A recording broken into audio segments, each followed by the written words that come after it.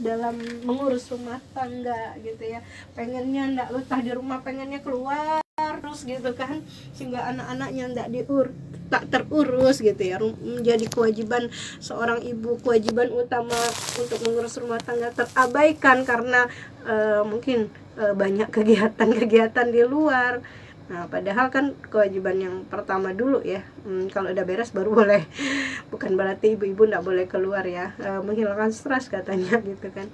Kemudian bagaimana juga kita bayangkan seorang anak gitu ya, tidak bisa mendapatkan ketenangan, kembali pulang ke rumah mendapatkan orang tuanya ya marah-marah aja terus gitu ya, nanya yang yang sifatnya bukan penuh dengan cinta ya, bukan dengan bahasa indah gitu ya, tetapi pertanyaan-pertanyaan yang justru menyudutkan terus gitu ya. Bagaimana seorang anak mau betah di rumah jika keadaannya seperti itu? Nah, Abang di rumah ini sebuah pelajaran bagi kita semua, bahwa penting sekali ya bagi kita menciptakan kesejukan dan ketentraman di dalam rumah. Sekali lagi, bukan rumah yang banyak AC-nya gitu ya, bukan rumah yang luas gitu ya, bukan hanya itu secara fisik, tapi bagaimana setiap anggota keluarga merasakan rumah adalah surganya gitu kan. Rumah adalah tempat dia kembali ya, ketika kembali dia mendapatkan ketenangan kayak gitu. Nah, jadi inilah yang dimaksud dengan bagaimana kondisi rumah yang membawa kesejukan, ketentraman. Mungkin kayak Abang pernah merasakan bagaimana ketika satu saat gitu ya, kita kepengen kembali ke rumah karena di rumah penuh dengan dekapan-dekapan dari anggota keluarga, misalnya orang tua gitu kan, pengen pulang gitu ya, karena kalau kita pulang, oh mama kita masakkan enak kayak gitu kan, atau misalnya bapak kita selalu menyambut kita dengan sambutan hangat kayak gitu kan ya. Jadi itu indah gitu ya, itu sejuk gitu kan. Itu adalah rumah yang memang membawa keberkahan insyaallah. Nah, kalau yang sudah berkeluarga, jadikanlah rumahnya ya rumah yang selalu dirindukan, apalagi untuk anak-anak gitu ya. Jangan sampai mereka mencari rumah yang lain gitu ya, tidak betah di rumah ya karena panas gitu ya, akhirnya cari rumah yang lain. Untung kalau dia cari rumah yang mendekatkan dirinya kepada Allah ya. Tetapi kalau misalnya justru menjauhkan dirinya pada Allah ya, nah ini sangat berbahaya. Pada saat ini banyak sekali kasus-kasus yang terjadi. Kemudian yang ketiga adalah penghuninya diliputi kesyukuran. Nah, tadi udah saya singgung juga ya. Jadi penghuninya diliputi kesyukuran. Salah satu ciri rumah yang dipenuhi keberkahan adalah rumah yang para penghuninya bersyukur ya. Sebab nikmat akan bertambah apabila seseorang pandai bersyukur ya.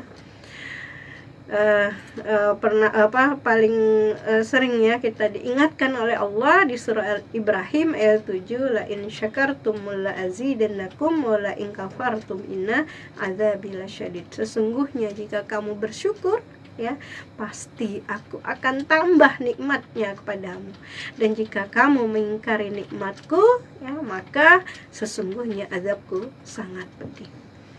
Nah, jadikanlah rumah itu sebagai tempat di mana kita menambah rasa syukur kita agar Allah tambah juga nikmatnya gitu kan. Jangan banyak mengeluh gitu kan, jangan banyak merasa kurang gitu kan. Nah, di dunia ini kan memang tidak pernah kita akan merasa cukup, namanya juga dunia, tidak akan ada cukup-cukupnya ya.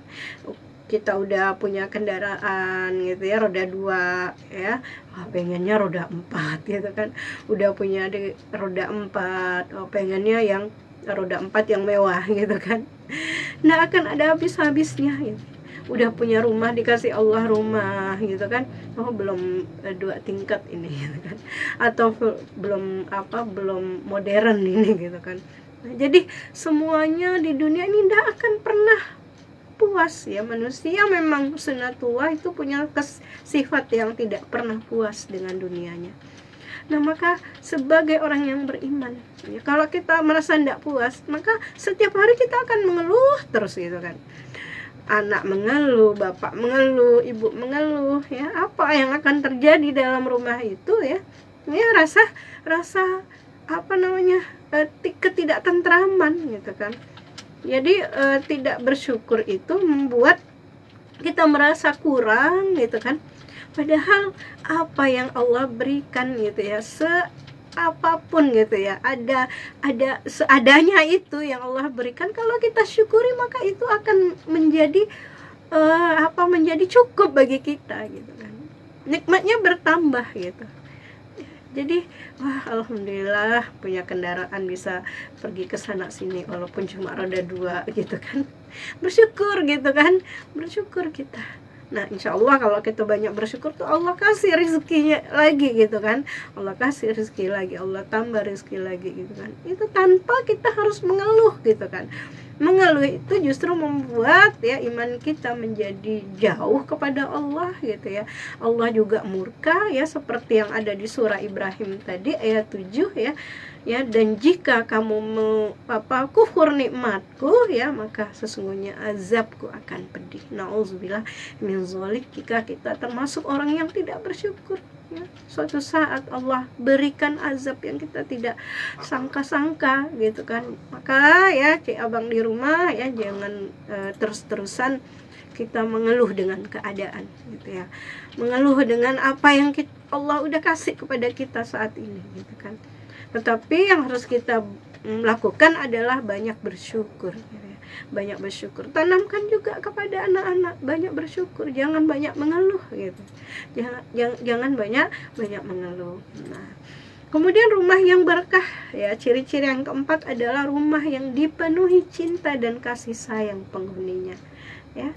Jadi penghuninya juga perlu menanamkan atau saling berbagi cinta, saling berbagi kasih sayang gitu kan ya.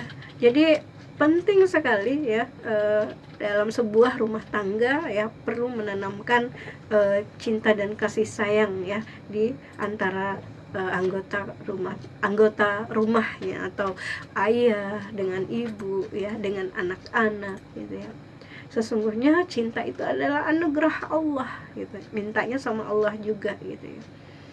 Dan sebagai orang tua ya, Allah berikan amanah anak itu untuk dicintai gitu ya, untuk disayangi gitu kan. Dan itu adalah sunnatullah kita mencintai anak gitu ya. Dan memang atau itu harus dipupuk, karena ternyata ya kesini-sininya ya, kalau kita lihat banyak sekali kasus-kasus ya orang tua yang menelantarkan anak ya, orang tua yang tidak amanah ya dengan amanah yang telah diberikan Allah berupa anak ya. Menelantarkannya gimana ya, tidak dididik ya, tidak diberikan keteladanan yang baik gitu ya. Ini banyak terjadi gitu. Sehingga kasih sayang itu bukan hanya berupa materi gitu kan, dikasih duit ya anak tuh gitu kan, yang penting udah gitu ya, udah dikasih duit gitu kan, nggak pernah diajarin, nggak pernah diajak sholat, nggak pernah ditanya tentang bagaimana ibadahnya. Nah, ini salah satu ciri bagaimana seorang orang tua ya tidak menanamkan cinta. Cinta itu indah ya, anugerah dari Allah ya.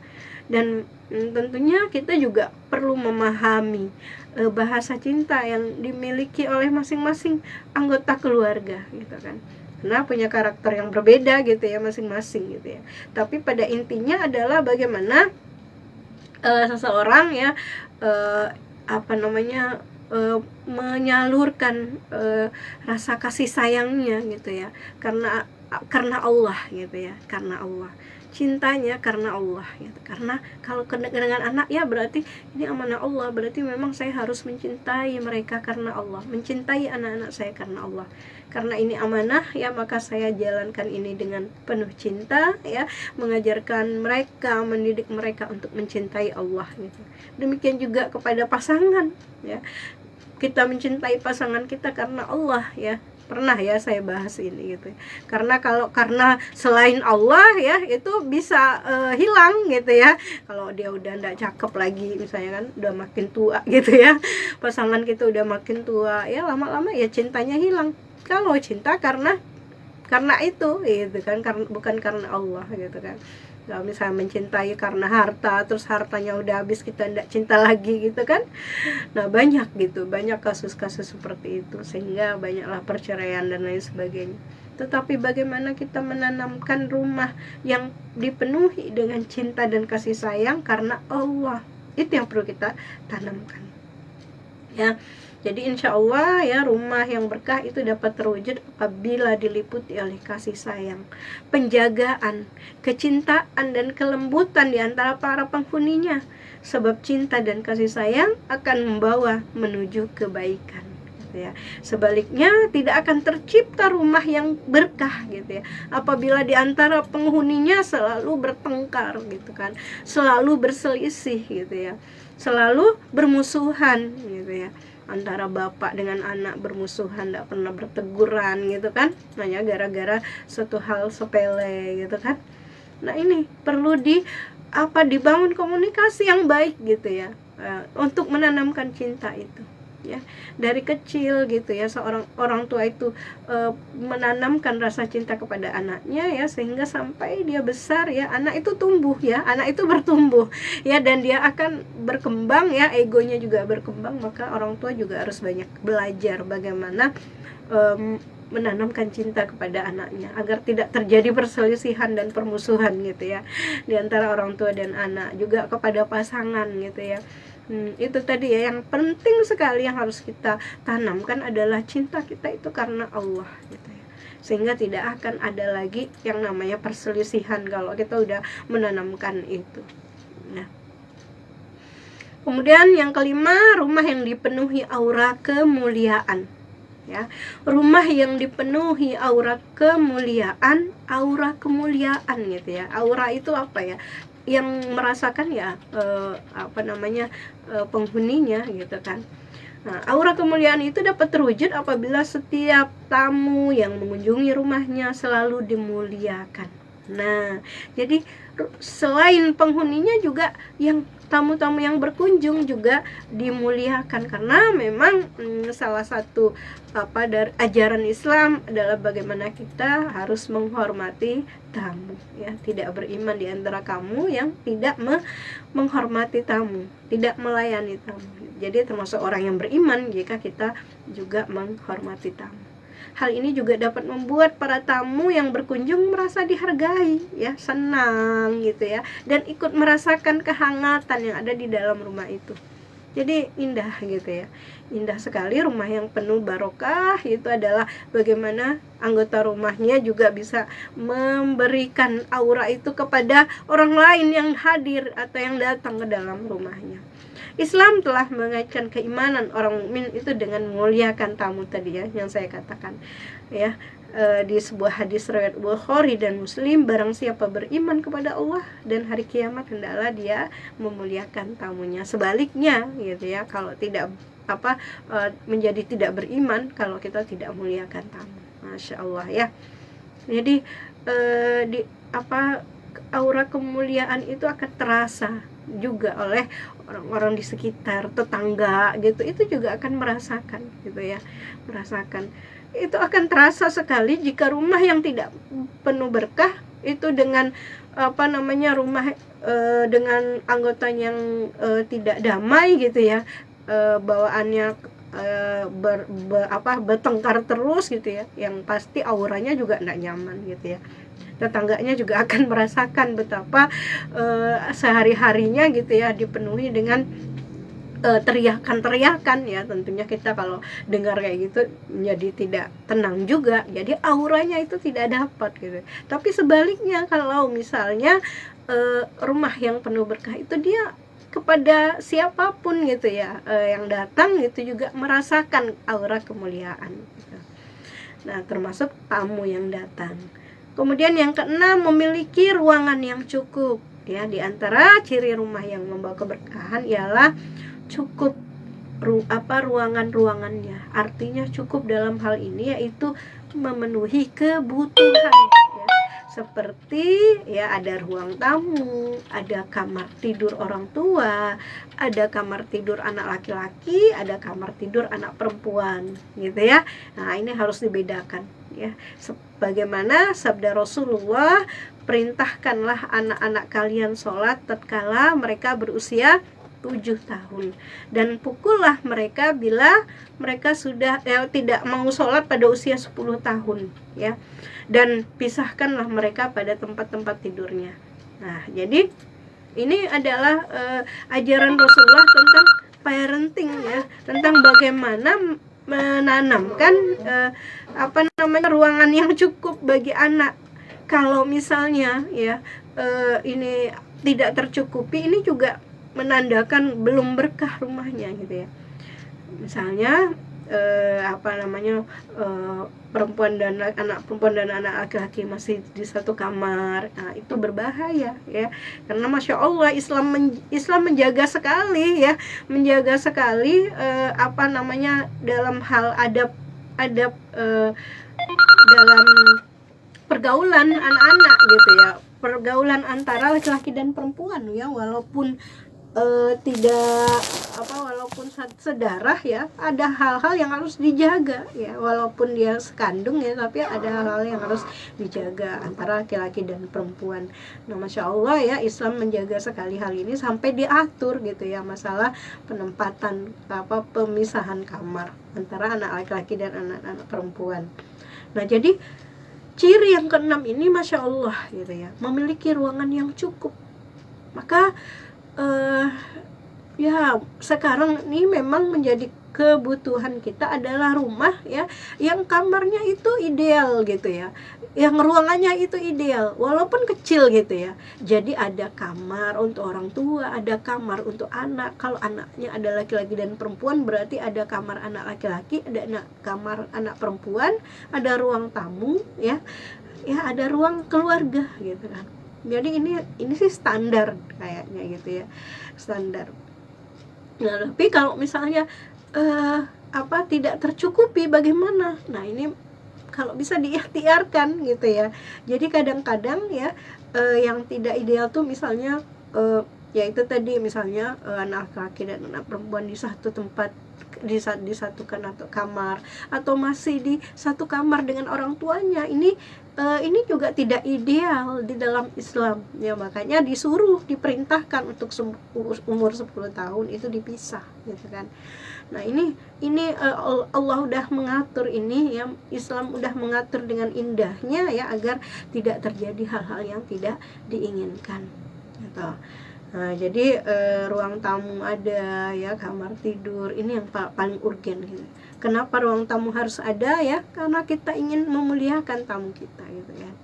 Ya, jadi bagaimana kalau rumahnya masih kecil ya, diatur lah gitu ya, disekat kayak apa gitu ya, biar lebih ideal gitu kan. Ya, kalau memang belum mampu untuk membesarkan rumah ya, disesuai dengan kemampuan gitu ya, untuk memenuhi sesuai dengan syariah Allah. Karena apa? Karena kita ingin mendapatkan rumah yang penuh keberkahan. Menjadi tidak berkah jika kita tidak memenuhi kebutuhan ini gitu kan ya. Kita khawatir ya dengan kondisi sekarang kan banyak sekali kalau kita lihat kasus-kasus gitu ya, kasus yang pergaulan bebas dan lain sebagainya. Ini karena edukasi yang kita tanamkan di rumah ya, dari cara memisahkan ini tadi, memisahkan antara anak laki-laki dan anak perempuan, memisahkan kamar antara orang tua dan anaknya gitu ya. Jadi harus memiliki ruangan yang cukup gitu ya. Oke, kemudian rumah yang ketujuh ya, rumah yang terjaga kebersihannya. Nah, ini juga ditekankan dalam sebuah rumah yang barokah itu adalah rumah yang terjaga kebersihannya. Rumah yang dipenuhi keberkahan tentunya perlu terjaga kebersihannya. Bagi umat Islam seringkali dikatakan bahwa kebersihan itu sebagian dari iman. Nah, selain itu Allah pun turut menyukai kebersihan dan keindahan. Rasulullah bersabda, Sesungguhnya Allah itu suci, yang menyukai hal-hal yang suci. Dia maha bersih, yang menyukai kebersihan. Dia maha mulia, yang menyukai kemuliaan. Dia maha indah, menyukai keindahan. Karena itu bersihkanlah tempat-tempatmu. Nah, jadi rumah yang bersih itu juga akan berpengaruh kepada penghuninya. Hati, kolbun yang ada di dalam diri setiap anggota keluarga. Kalau rumahnya berantakan, pasti bikin risau kan, nggak tenang, nggak nyaman gitu kan. Ya, jadi memang menjaga kebersihan ini penting sekali ya ditanamkan gitu ya. Karena itu tadi ya, kebersihan itu sesungguhnya sebagian dari iman. Maka ketika kita membersihkan rumah kita, itu adalah tanda keimanan ya, adalah berarti termasuk dalam kategori ibadah gitu ya, kalau kita bersihkan rumah gitu kan. Jangan biarkan rumah kita itu dalam keadaan kotor ya, sesibuk-sibuknya kita ya, bersihkanlah rumah kita. Kalau misalnya kita punya anggota keluarga yang banyak, boleh dibagi-bagi tugas ya, bukan hanya tugas seorang ibu ya. Nah, jadi kalau hanya beban ibu ya stres juga gitu ya. Nah, boleh dibagi-bagi tugasnya ya dengan anak, dengan suami gitu ya, untuk membersihkan rumah. Nah, ini juga menunjukkan bagaimana masing-masing dari anggota keluarga punya kewajiban, menanamkan kepada anak-anak ya, bahwa ini tanggung jawabnya gitu kan, bahwa Allah menyukai kebersihan gitu ya. Dimulai mungkin dari kamar mereka masing-masing gitu kan. Nah, atau pembagian tugas untuk membersihkan secara bersama gitu kan. Nah, ini indah. Insya Allah akan menambah keberkahan bagi rumah yang tidak perlu besar ya, tetapi bersih gitu kan. Nah, malah kalau besar susah ya bersihkannya ya. Jadi banyak yang ruangan-ruangan yang harus dibersihkan gitu kan. Kadang-kadang ya kita bersihkan pojok-pojok yang yang agak susah terjangkau itu cuma setahun sekali kan. Kaca-kaca dilapnya setahun sekali gitu ya. Nah, ini kadang-kadang kita hanya membersihkan yang penting-penting saja biasanya. Nah, sekali waktu ya bolehlah kita kerja bakti membersihkan ya yang pojok-pojok gitu. Karena itu akan berpengaruh gitu ya. Kalau saya pernah ada sebuah postingan gitu ya. Jadi rumah yang kotor itu akan berpengaruh juga kepada kesehatan jiwa dan mental anggota keluarganya ya. Jadi kalau fisik sih banyak ya, memang ini gitu ya, karena kalau rumah kotor itu kan sarang penyakit kayak gitu ya. Kalau nyamuk aja suka ya dengan kalau misalnya banyak tumpukan-tumpukan, banyak nyamuk, ujung-ujungnya kena penyakit yang berhubungan dengan nyamuk gitu ya. Nah, belum lagi kalau kelembapan itu ternyata juga akan berpengaruh kepada kesehatan fisik dan jiwa gitu ya. Jadi ini harus selalu dibersihkan ya, secara fisik maupun secara ruhiyah. Rumah juga harus selalu dibersihkan ya, dengan tilawah tadi ya, dengan murotal dan lain sebagainya. Kemudian yang terakhir ya, ciri dari rumah yang barokah adalah menjadi pusat ilmu dan nasihat. Nah, Masya Allah gitu ya. Dalam pandangan Islam, rumah adalah madrasah utama untuk membentuk kepribadian dan akhlak seorang muslim. Karena itulah rumah tangga yang tinggi derajatnya di sisi Allah ya dan manusia, yaitu rumah tangga yang menjadi pusat ilmu, pusat pendidikan, dan pusat pembelajaran. Jadi Masya Allah, kalau rumah penuh ilmu dan penuh nasihat itu tentunya anggota keluarganya juga akan merasakan betapa pentingnya gitu ya, mendapatkan nasihat gitu ya dari orang lain, karena biasanya menilai dirinya itu orang lain gitu. Maka seorang anak kalau dinasihatin tidak melawan ya, kalau sudah ditanamkan kebiasaan saling nasihat menasihati gitu kan. Seorang istri selalu berharap nasihat dari suaminya gitu, enggak, justru ketika dinasehatin malah tidak terima misalnya gitu ya, kayak kritik gitu ya. Nah juga demikian ya, seorang suami ya, walaupun dia adalah kepala rumah tangga juga siap untuk dinasehatin jika memang salah gitu kan. Jadi Masya Allah ya, kalau rumah ya, penuh dengan habit atau kebiasaan nasihat menasehati ini, insya Allah ya ada rasa membutuhkan gitu ya, merasa bahwa belum sempurna, minta nasihat dari orang lain. Nah ini Masya Allah gitu ya, karena sesungguhnya ya seseorang itu tentunya tidak ada yang sempurna gitu ya. Tentu sesungguhnya semua manusia tidak ada yang sempurna itu hanya Allah ya. Jadi rumah yang berkah ya juga dicirikan ya oleh rumah tangga yang selalu merasakan nikmat dan ringan dalam menasehati dengan tulus, sehingga semua anggotanya senantiasa memperbaiki dirinya gitu ya, dan berkeinginan untuk selalu dekat dengan Allah, selalu ingin berkeduduk di sisi Allah gitu ya, berkedudukan di sisi Allah ya, karena orang yang berilmu itu derajatnya tinggi di sisi Allah. Dengan kebiasaan saling menasehati dalam rumah tangga juga akan menciptakan kebahagiaan. Insya Allah itu Abang ada, kalau dirinci ada 8 gitu ya, ciri rumah tangga yang barokah. Semoga Abang semua bisa mengevaluasi diri ya, mengevaluasi rumah tangganya ya, termasuk saya di sini juga mengevaluasi rumah tangga saya, apa sih yang kurang gitu ya. Kalau memang ada yang kurang, kita evaluasi, kemudian kita perbaiki, kita ikhtiar untuk memperbaikinya. Insya Allah semoga bermanfaat, penuh barokah juga ilmunya, dan menjadikan kita bersemangat dalam rangka mendekatkan diri kepada Allah, dalam rangka hidup dalam mencari ridho Allah. Akhirul kalam, wabillahi taufiq wal hidayah. Assalamualaikum warahmatullahi wabarakatuh. Waalaikumsalam warahmatullahi wabarakatuh. Terima kasih kepada Umi Tuti untuk pencerahannya pada hari ini untuk kita semua ya Abang, mengenai ciri-ciri rumah tangga yang penuh berkah. Setidaknya ada 8 tadi yang sudah disebutkan oleh Umi Tuti. Mudah-mudahan kita semua ingat. Ada ndak ya salah satunya yang menjadi ciri-ciri di dalam rumah tangga saya? Misalnya yang pertama, rumah yang diterangi cahaya Islam ya. Menyala rumahku gitu ya. Bukan berarti lampunya hidup siang malam gitu ya Abang ya, sehingga boros listrik nanti ya, sehingga menyala gitu kan ya, bukan seperti itu ya, tetapi yang diterangi oleh cahaya Islam ya. Kalau misalnya hidupnya siang malam, itu sama juga dengan kita tidak menyayangi lingkungan ya, melakukan pemborosan energi listrik gitu kan. Iya, jadi rumah tangganya itu diterangi cahaya Islam.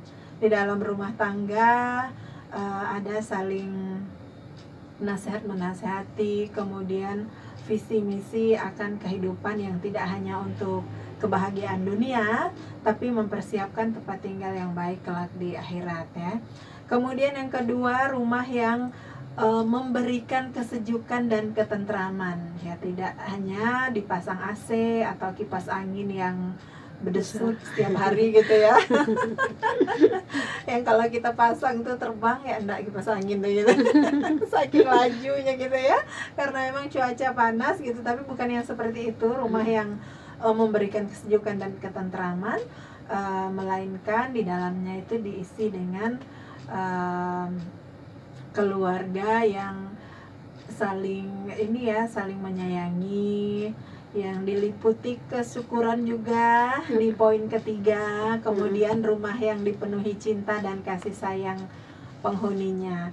Jadi antara satu sama lain itu saling mengasihi, saling menyayangi gitu ya. Kalau dekat tentram, aman, tapi kalau jauh pun tetap rindu gitu ya. Kadang kan ada yang kalau dekat berantem, udah jauh baru rindu gitu ya. Tapi ini upayakan untuk kita menyingkirkan pikiran seperti itu, ya enggak apa-apa lah. Kalau berdekatan kan emang gitu, seringnya berantem gitu. Ya mulai sekarang jangan begitulah ya, karena kita tuh akan merasa merasakan ketidaknyamanan itu setelah kita berpisah atau kehilangan sama sekali gitu ya. Jadi mumpung masih berdekatan bersamaan ya, manfaatkan setiap momen untuk memberikan hal-hal yang menyenangkan dan membahagiakan untuk setidaknya dikenang kalau misalnya salah satunya nanti berpisah gitu ya. Nah, kemudian rumah yang dipenuhi aura kemuliaan. Memang ada tuh kalau kita ini ya Umi ya, hadir mendatangi rumah Ustadz gitu, ini kok nyaman gitu ya Umi ya. Auranya kok kayaknya begitu masuk sejuk aja udah gitu sejuk ya. Gitu ya. Kemudian kita bisa merasakan enak gitu, nyaman gitu, tenang gitu ya. Ada juga yang kalau kita masuk rumah tuh kan kayak aura serem-serem gitu, kadang ada juga ya Umi ya. Iya. Kita sendiri mungkin bisa merasakan ya Cik Abang ketika memasuki rumah kita tuh seperti apa gitu ya. Nah, mulai sekarang kalau mau masuk rumah ada doanya. Ada doanya. Supaya bulu kuduk tidak merinding ya, apalagi kalau masuk rumah sendiri. Tiba-tiba bulu kuduk merinding kan aneh ya Umi ya. Iya. Kurang jadi, mau dirukyah berarti rumahnya. Ya itu rumah tangga yang auranya itu aura apa gitu ya. Jadi upayakan untuk ada di dalam rumah tangga kita itu aura-aura kemuliaan ya. Setidaknya Cik Abang ya, kalau misalnya sesibuk apapun kita dan keluarga, upayakan sebelum maghrib itu semua udah masuk rumah gitu ya. Ini anak-anak jangan disuruh keliaran lah kalau udah maghrib gitu. Kadang-kadang kan ada tuh kita melihat anak-anak masih aja di jalan gitu, anak-anak yang masih kecil gitu ya, yang kita bisa arahkan untuk dek sholat yuk maghrib gitu ya. Jadi jangan dibiasakan lah udah azan gitu terus kita masih aja membiarkan mereka tidak ini gitu ya, tidak masuk rumah gitu. Nanti akan auranya tuh jadi jelek gitu ya. Nah kan kita tahu juga orang tua mungkin pernah ngasih tahu ya kalau maghrib tuh memang saatnya masuk ke rumah. Dan setan-setan itu kan lari ke jalan ya, karena mungkin mendengar azan atau apa, mungkin kita juga nonton film-film ya. Nah berikutnya adalah memiliki ruangan yang cukup, setidaknya ada ruang tamu, ruang tidur gitu ya Umi ya. Kemudian rumah yang terjaga kebersihannya. Kalau kita sering mungkin nonton ya biasa anak-anak tuh diajarin kalau rumah kita bersih malaikat senang gitu ya, kalau biasanya ya. Kemudian menjadi pusat ilmu dan nasihat. Jadi dalam rumah tangga itu ada proses tarbiyah di sana ya, supaya masing-masing anggotanya itu bisa menjalani kehidupan ini nantinya dengan sebaik-baiknya. Baiklah kalau begitu, terima kasih banyak ya Umi ya. Sama-sama. Di sela-sela kesibukan, di saat-saat kondisi yang masih belum fit, tapi Umi Tuti berusaha untuk bisa menemani kita Cik Abang untuk bisa berbagi ilmu bersama kita di sini di RWK Islami. Mudah-mudahan Allah memberkahi kebersamaan kita di siang hari ini ya. Dan semoga pekan depan, insya Allah 2 pekan mendatang kita akan berjumpa kembali ya. Baiklah, kita pamit dulu ya Umi ya. Terima kasih sekali untuk Cik Abang yang sudah mendengarkan di Radio Kenari, baik itu di 101 FM atau juga mendengarkan via streaming di kenarifm.com, dan juga mengikuti live Facebooknya Cik Yati juga tadi sudah disiarkan ya. Ada Kak Hanifah, selamat siang sedang menonton. Terima kasih Ibu Hanifah Soleha ya. Iya baiklah, kita berpisah dulu ya Umi ya. Sekali lagi terima kasih kepada Umi Tuti dan untuk Cik Abang yang sudah mendengarkan Radio Kenari. Mohon dimaafkan jika ada salah-salah kata, dan semoga apa yang kita bagikan mengenai ciri rumah tangga yang penuh berkah itu bermanfaat buat kita semua ya. Kami akhiri, billahi taufiq wal hidayah. Wassalamualaikum warahmatullahi wabarakatuh. Waalaikumsalam warahmatullahi wabarakatuh.